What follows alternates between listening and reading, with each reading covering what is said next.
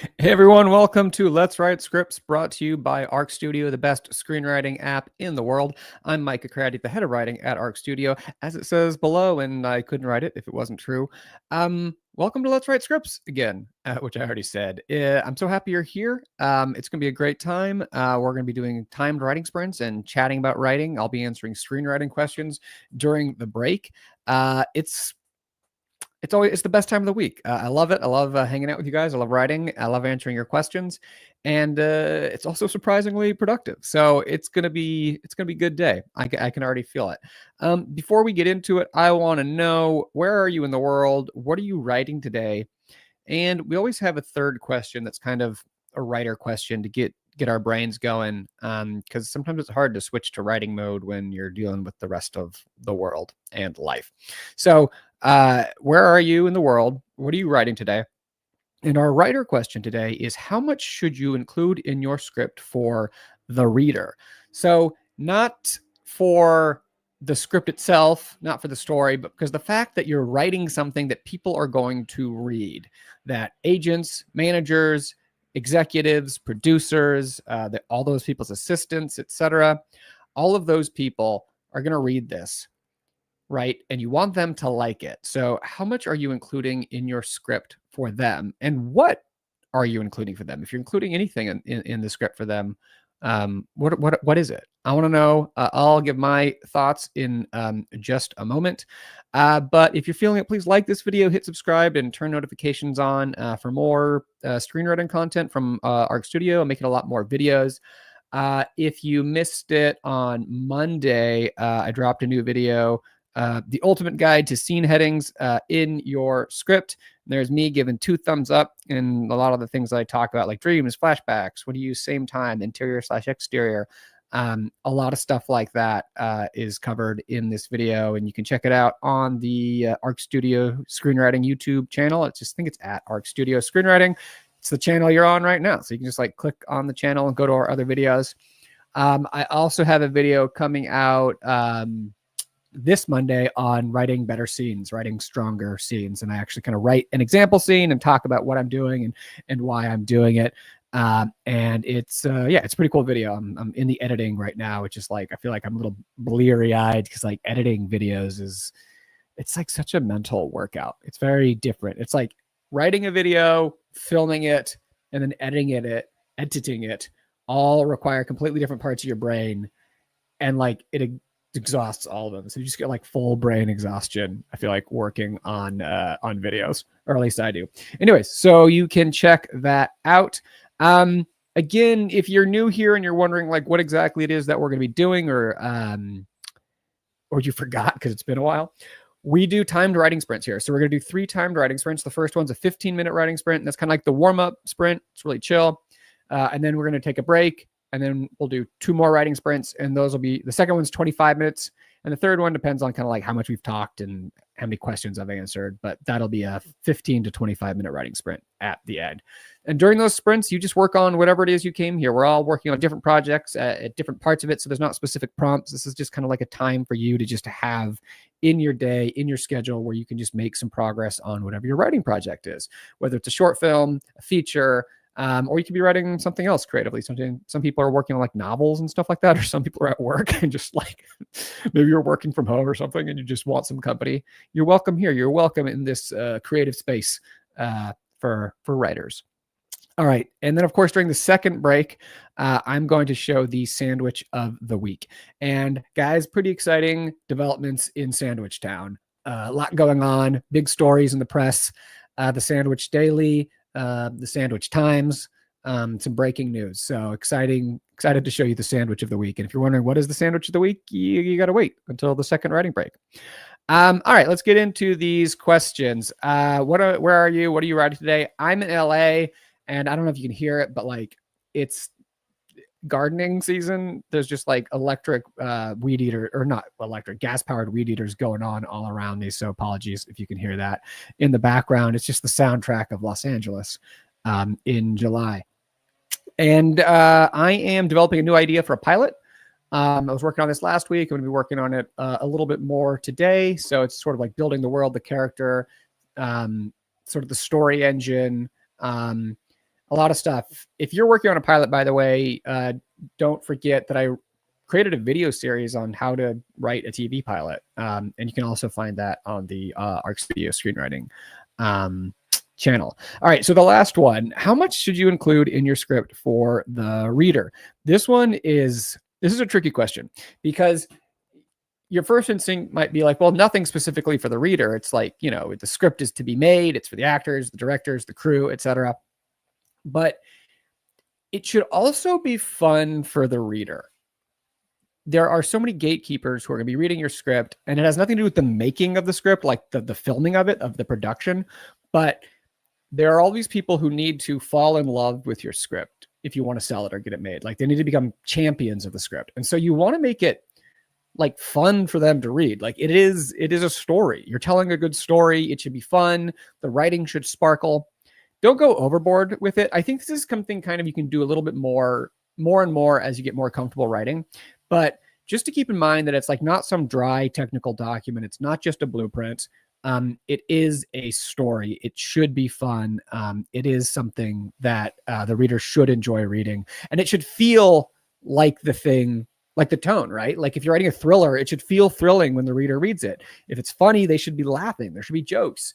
And so you're writing it in such a way that matches the tone. I think that's, a great way to think about it as well. Getting into the chat, Grifa Creator, welcome. Cash in Arkansas. Grifa, thanks for specifying Georgia, not the country. If you're ever in Georgia, the country, though, you need to say not the state, just so that I know. Malachi in LA, trying to write your first script. Awesome, man. Welcome. That's so cool. I hope you have some writing time today. If you have specific questions, feel free to ask in the chat. I can't answer like the big question, like how do you write a script? Because that's like days worth of talking. But if you have specific questions, feel free to ask in the chat, and I'll try to help you out. Hey Minoru, what's up? Pickle Punch working on a dystopian thriller, hopefully about pickles who punch each other. Let's see here. Cash, talking about the question of the week. How much do you add for the reader? I seem to either add too much or too little. I mean, err on little, but like, again, just like it should be enjoyable to read, and the tone of the writing should match the tone of the project. South Dakota in the house. Ray in Denver working on a feature comedy. So glad you're here. Minaru watched the scene headings video that I just shared with you guys. This one, it said it was super helpful. Awesome. So glad that that was helpful. I really enjoyed making it. It was a little different style. I'm kind of experimenting with different styles and ways of making these videos. So glad to hear that. Deborah in Paris, France. Good, not Paris, Texas. I'm glad everyone's being very specific today about where they are. Kelly visiting LA. What's up? Rewriting a pilot. Laura, Barbara from On the Road working on a feature polish. Great question for a reader. I like to write. Think I write for all audiences. That's true, but you just got to make sure that they are enjoying it. And you got to also think about like the specific audience, the initial, like there's the audience of the people who are going to watch the thing eventually, but your initial audience is the people who are going to read it when it's just a script. Who I mentioned, the executives, the producers, agents, managers, and assistants, and all of those people, or contest readers, or, blacklist readers, any of those people, they should have fun. All right, Pam. Hey, welcome, Pam from Mexico. Love these sprints. Oh, thanks, Pam. Working on a new story, feature-length rom-com. How much to include for the reader? Don't know, but guessing it shouldn't interfere too much with the flow of the script. That's a good point. That's a great point, Pamela. I'm glad you brought that up. Yeah, it can't be too heavy. It can't be baggage. I mean, you want it to like read pretty light and quickly. In general, I mean, a lot of the things I say are like in general. There's always exceptions to that, but yeah, you want it to not be baggage. You don't want it to be distracting. Like a lot of these people who I talked about, who, the executives, the producers, agents, managers, they have so much to read. They have so much to read. And so you don't want it to like bag them down. Like you don't want to look at it and be like, oh my gosh, this person's so full of themselves. I just want to know the story. It's just kind of like along the way as they're reading the story. It should be fun. Samantha from Brooklyn, welcome. Jan Jones from Luden, glad you're here. Yes, big sandwich news, exciting sandwich of the week coming later. Juno in Massachusetts, working on the third episode of a TV series. I struggle with how much to write for the reader, but I try to include only as much as the reader really needs to know to follow along. My love of detail not helpful. That's a good point also, because when I'm talking about including things for the reader, it doesn't necessarily have to be like details. Some of it is just tone and style of writing. Like you can be a little cheeky in the writing, like you can be a little irreverent if you want. Like you can let a little of your own personality kind of shine through, I think. Let's see here. Nephews worry about making things clear and easy for the reader. Clear and easy is a great place to start. You want people to understand, but you also want it to be compelling. Again, it's not just a blueprint. This is something that should be fun to read, but concise, clear, easy to grasp. All of those things are great places to start, Neffy, and things to build off of. Minaro, speaking of the sounds going on, there's nonstop fireworks going off near me. My town loves the 4th of July.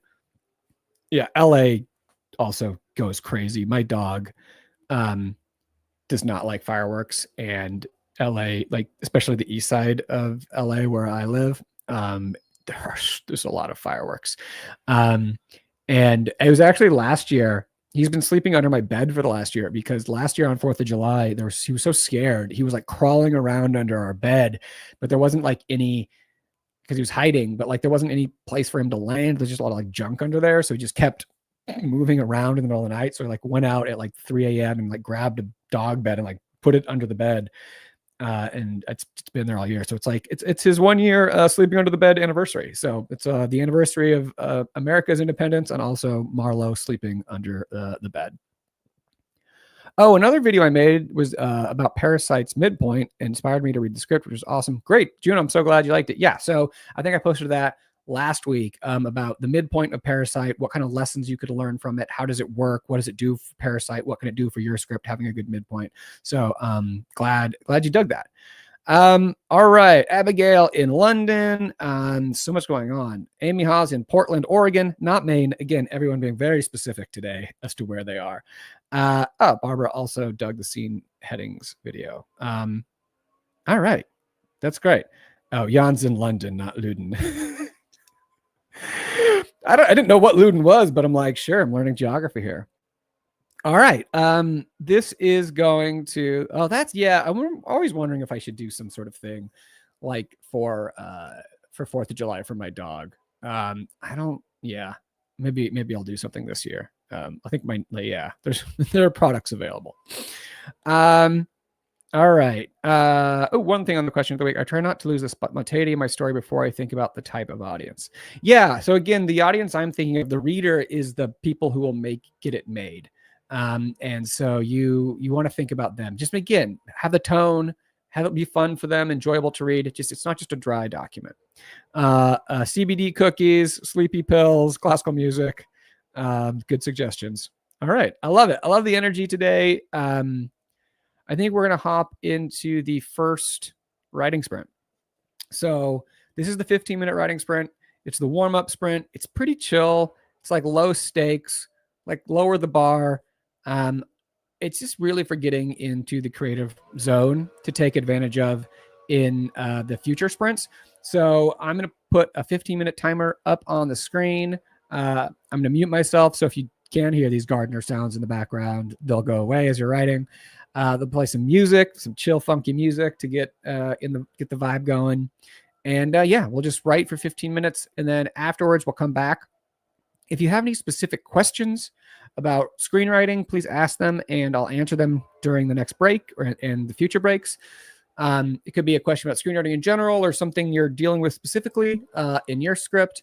Love talking about those things. Questions are really helpful because it just lets me know what you guys are struggling with, and it just gives me like specific things to talk about. So if you do have screenwriting questions, please drop them in the chat, and we'll get to them after the break.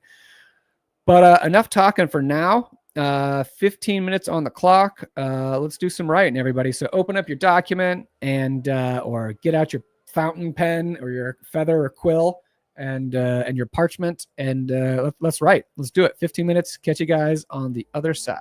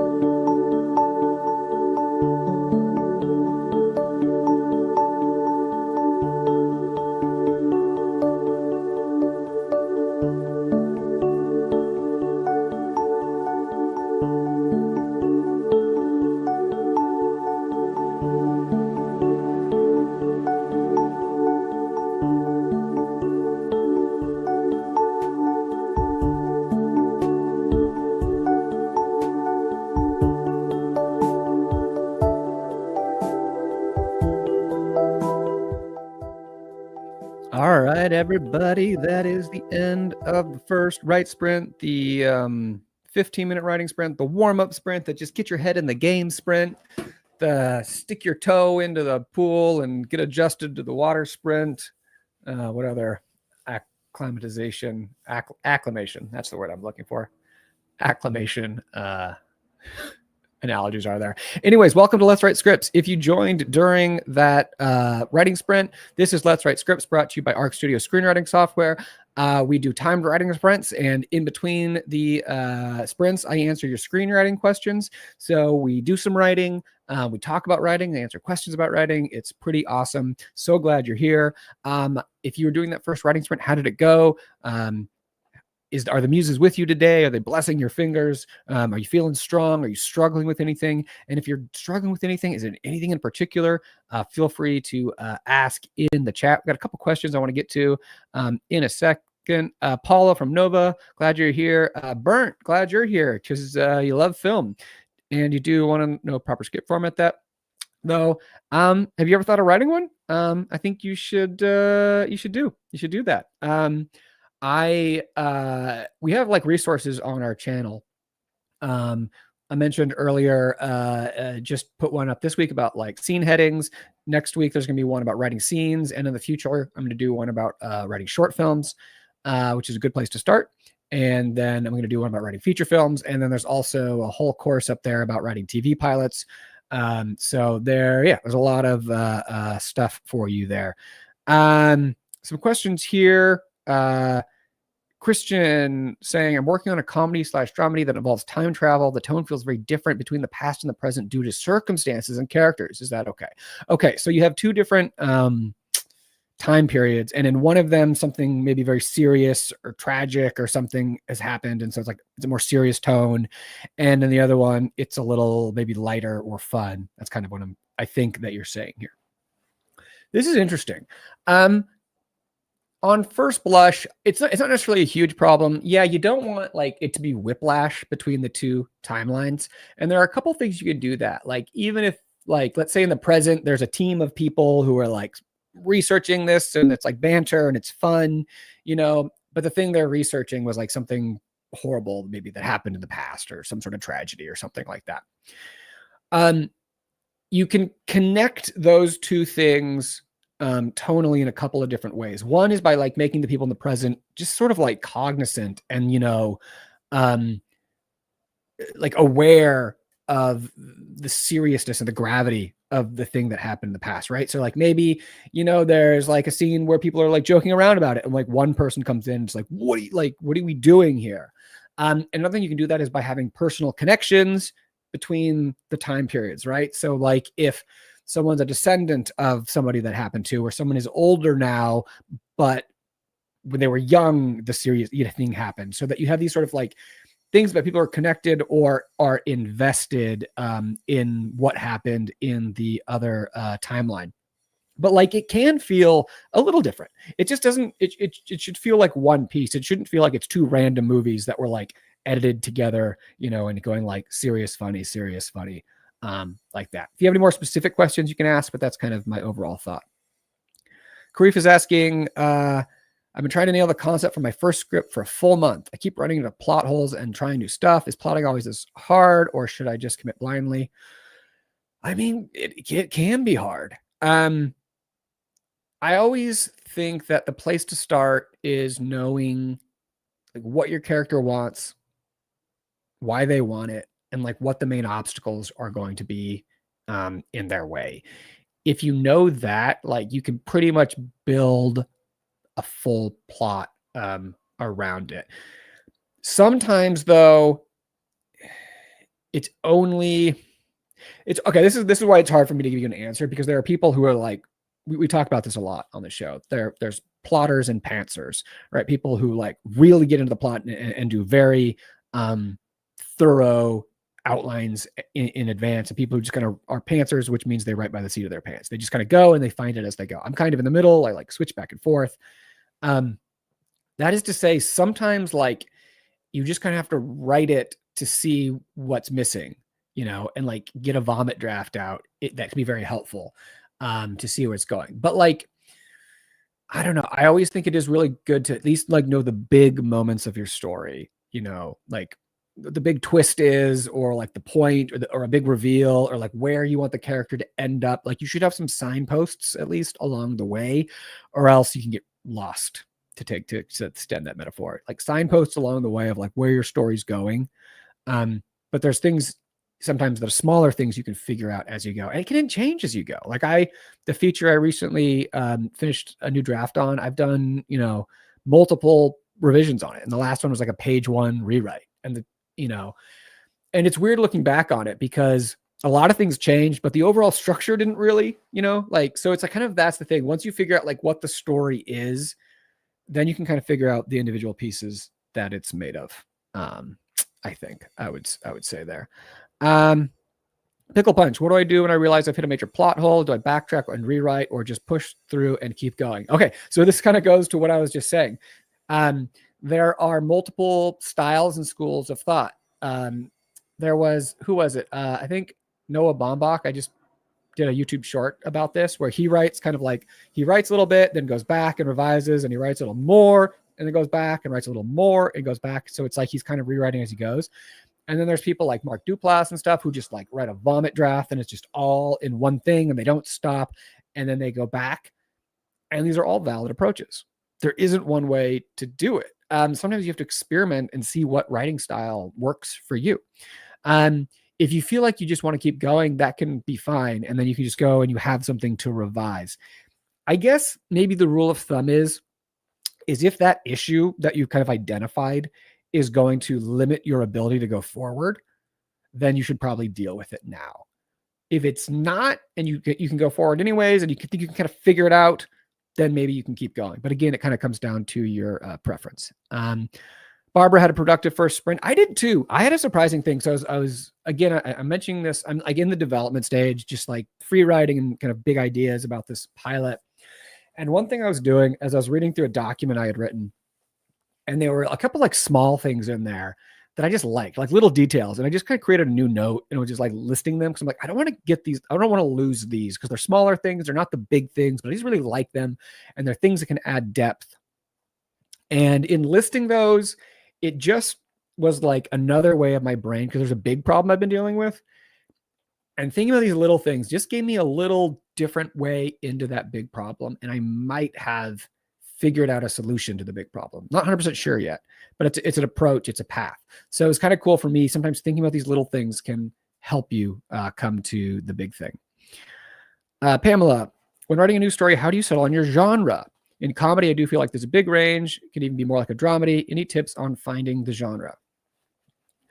Yeah, I mean, I feel like there are natural things that are going to help figure that out. One is you. Like, what's your style? What's your writing style? What kind of humor? So, like, we're talking about comedy here. What kind of humor do you gravitate towards? What kind of humor do you like to write? What stuff do you like to watch? So that's the big thing, is like, what are you bringing to it? And two, oftentimes the material will lend itself to a particular kind of genre, right? Like, is it about a family falling apart, right? Well, that seems like a dramedy, right? There's going to be some bleakness, some darkness, and then like some moments of dark humor. If it's about, like, a super, like the janitor who's a klutz suddenly becomes a super spy, then right, that's gonna be goofy. That's not a dramedy. So, like, the material can do it. So that's the first two things: the material, and the third thing is a discovery draft or a vomit draft. Sometimes you're writing it, and by the time you get to the end, you'll have figured out the tone, which is also kind of, or like the genre, right? Like, what kind of comedy you're doing. And then you'll go back and read the beginning and you'll be like, oh, wow, this was like completely off. But sometimes you have to like write your way into it. And then you go back and rewrite the other stuff to kind of match once you've found it. So what's your approach? 2, the nature of the material. And 3, you can write like kind of a discovery draft or find it as you go, and then go back and rewrite the things that now kind of feel out of place because they didn't match it. And sometimes that can take multiple drafts.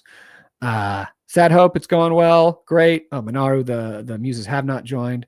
Cash, though, was able to get some stuff. That's fantastic. Great. All right. Juno, slow sprint, questioning the very straightforward way I'm telling the story and wondering if there's a more interesting way I could structure it. The plot board calls to me always. Yeah, that's great. I love that. There are so many different ways to tell a story, and you need to find one that excites you as the writer. Because like another rule of thumb is that, like, if you're not excited about it, if you're not really that into it, then the reader is probably also not going to get into it. All right. Ooh, Diamond, interview with the vampire TV show bounces back forth between time periods. Well, yeah, Christian, that's another thing. Look at other, I think, Christian, you're the one who asked this question about different tones and different time periods. Look at examples and see how they do it. If there's anything kind of similar to what you're trying to do, and try to like dissect it and be like, okay, it's a different tone in this time period than that period. Why does it work together? What are they doing that makes it feel like one piece, even though the tone, like, kind of between the two is different? Oh, one other thing. Sorry, I'm glad Diamond, you chimed in here, because this reminded me of another thing to say, was that maybe the tones converge, Christian, where, like, okay, so you have a thing where it's like one time period's goofy in the front and the other serious, but then as the goofy timeline goes and things get more intense and like the stakes are raised and the importance of this thing kind of comes to the front, maybe it kind of, the tone sort of gets a little bit more like that other time period, if that makes sense. All right. Oh, Sean, we'll come back to that later. Sean Williams. That's a big question. That's a very question. Let's see here. Sadiq, the script I'm working on has a lot of on-stage scenes. So I'm stuck trying to differentiate between the on-stage language and the off-stage language. I'm afraid to write it in a similar way. I'm not sure what you mean by saying it has a lot of on-stage scenes. Aren't like almost all scenes on-stage scenes, Sutherland? If you could give a little more context of what you're saying, I can maybe try to help it, but I'm not exactly sure what you mean by the on-stage language and the off-stage language. Yeah, I mean, you guys talking about the forum, it was just, we had a community forum, and it could live again in another form, but like, honestly, it just sort of, people weren't using it as much. I know people liked it, but like, it just, the traffic of it went down, and it just kind of wasn't justifying its existence. All right. Yeah. So the fact that like, this has been gone for a while now, and didn't notice, because again, it hadn't been going as much, but I think it could be going more. All right. Yeah, he might have been on screen, but like most stuff should be on screen. That's why it was confusing when he was saying that he has a lot of on-screen scenes, but all scripts have a lot of on-screen screens. So that's why I'm not exactly sure what he was talking about. Okay. This is awesome. Let's do some more writing. We are warmed up now. Our brains are fully engaged. I think we should get into the 25-minute sprint. And this is like the good one. You know, this is the special one. It's the Goldilocks sprint. You're warmed up, but you're not too tired. So let's get into the 25-minute sprint.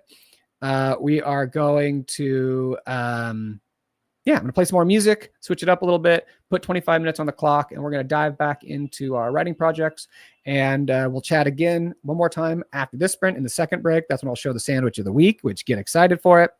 It is going to be it's going to be good. We're going to do some more writing. All right, so 25 minutes on the clock.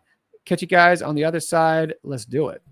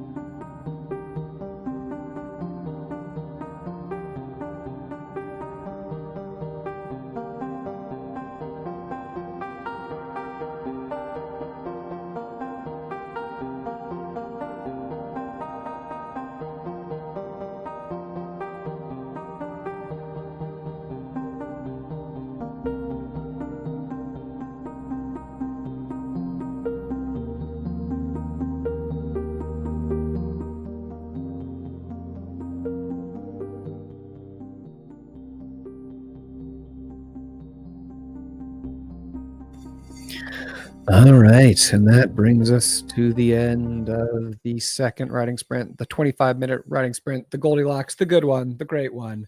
At least I hope it was. If you joined in that sprint, welcome. I think Sarah popped in. If anyone else joined in there, so glad that you made it. For everyone else who's been here or was there for that sprint, did that sprint, how did it go? Did the muses show up for people who were struggling during the first sprint? Or did they abandon you? How was the writing going? Anything in particular you're dealing with? Any questions that you want to ask? Get in the chat and let me know. I'll also show the sandwich of the week in just a moment. And now maybe I'm like building it up too much, but I'm excited to show you this one just because it's a little different. I feel like the sandwiches recently have they've started to look very similar at times, and so this one just mixing it up. Barbara had another great sprint. Karifa Creator, Muses finally showed up. Fantastic. I had a really good sprint too. That sort of thread that was exposed in the first sprint, I kept pulling on it and it was leading me some really great stuff. And so very excited about where this was going. James keeps rewriting his opening, trying to establish a conflict in this world, but hard to do without going to layers.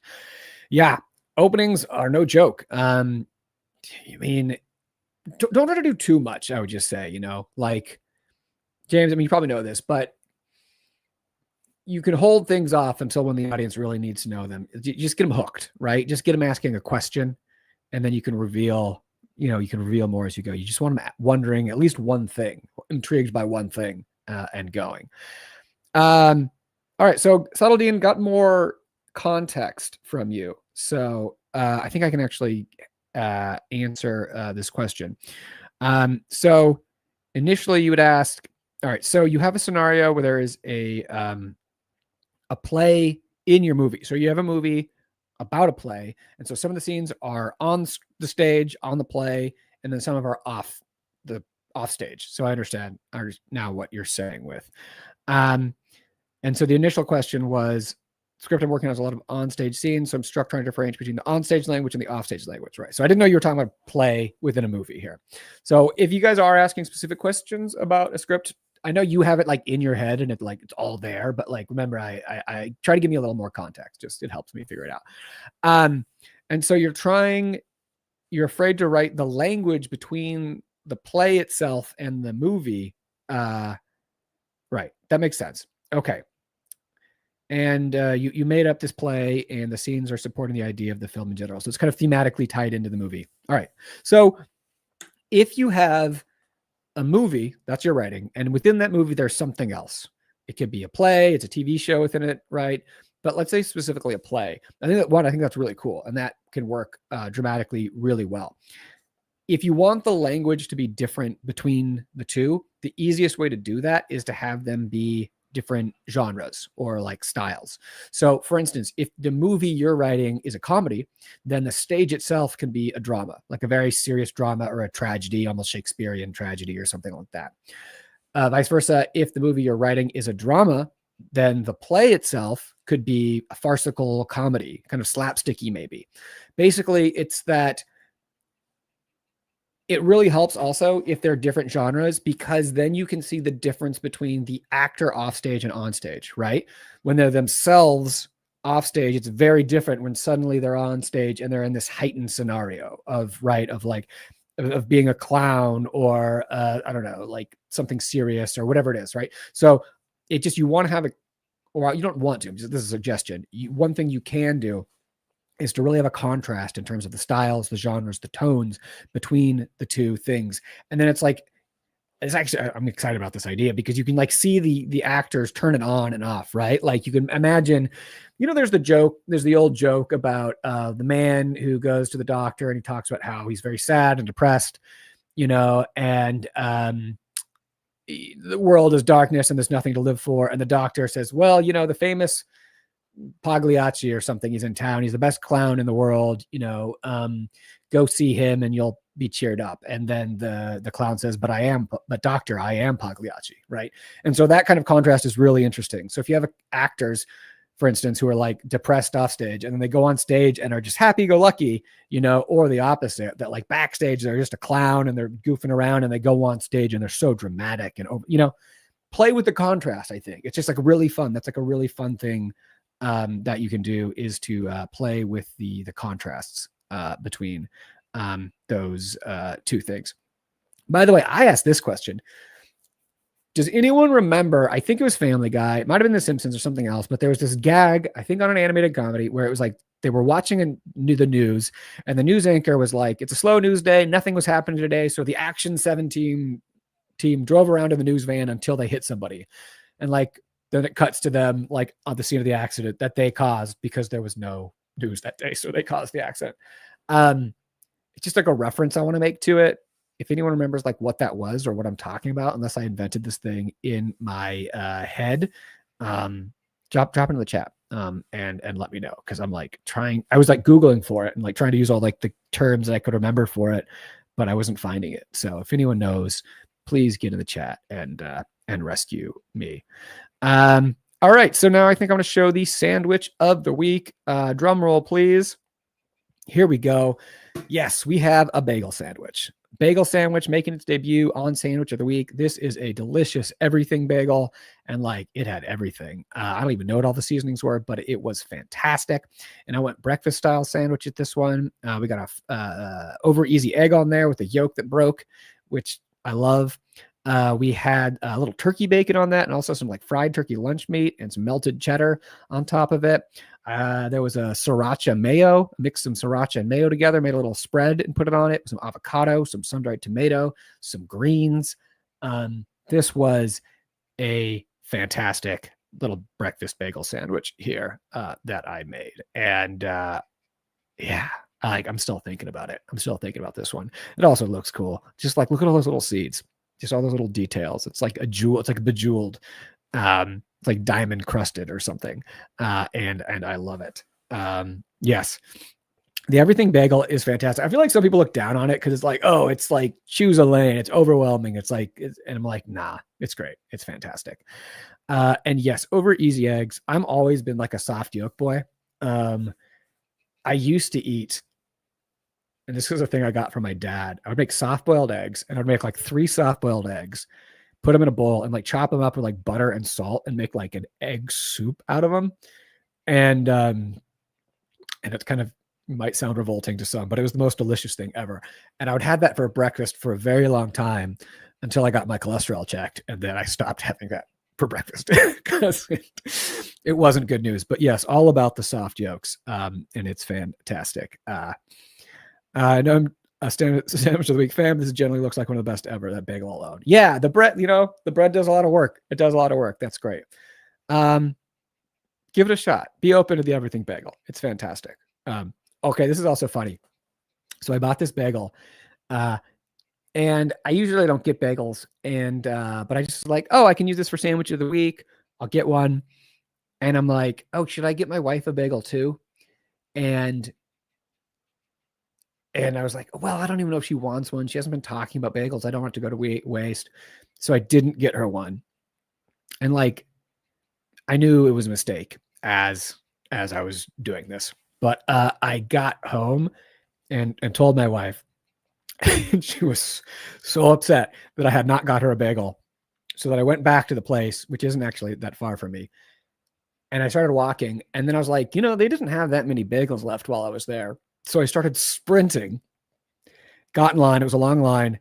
I got the last bagel for her. Like, I mean, potentially marriage ending bagel situation right there. But it worked out okay. It's from a bakery. Yeah. In LA. Someday, Pamela, I might. My goal though with the sandwich shop would be like for it to not have to make money, because I have no confidence in my ability to actually make money as a sandwich shop owner. I would just need to be rich enough that I could just like subsidize it, and it could be like a vanity project for me. So yes, it was very heavenly. Wow. Yum. I love it. That's great here. Love the music segment. Helps me to dig deep. Thank you. Yeah, that's the heart of it. The writing sprints. I mean, I love to chat with you guys. It's so much fun. I love to answer screenwriting questions. But the writing segments is really like, that's the whole point of this. Thanks, husbands. Yeah, I mean, like I did it, but it was also like I made that mistake in the first place. So like, if I had just bought her the bagel and not tried to be a cheapskate, in the beginning, then it would have saved the problem at all. Yeah, the soft-boiled egg soup with butter. Well, why not is because of the cholesterol, but other than that, it's fantastic. All right, so let's close out. Let's do a little more writing. Trying to think. All right, any announcements next week? Obviously, sandwich of the week. Yes, sorry. Let's Write Scripts next week, same time, same place, 1 p.m.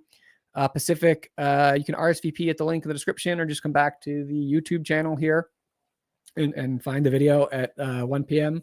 on Wednesday, 1 p.m. Pacific, because we got people all over the world. We got Paris, France. We got Georgia, the state. Someday we'll get someone from Georgia, the country, and we'll have the full Georgia experience. So come back next week. Check out the videos on our channel. We've got a lot of helpful stuff, and I'm making more.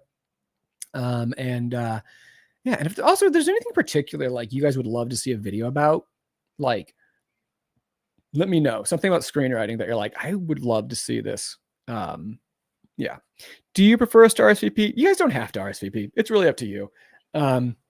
Some people like to do it because it's like you put it on their calendar, you get email, like I'll send an email reminder if you RSVP, like the day of, or like the 2 hours before. And so it can be helpful, but it's up to you if you want to RSVP. Some people have to head out.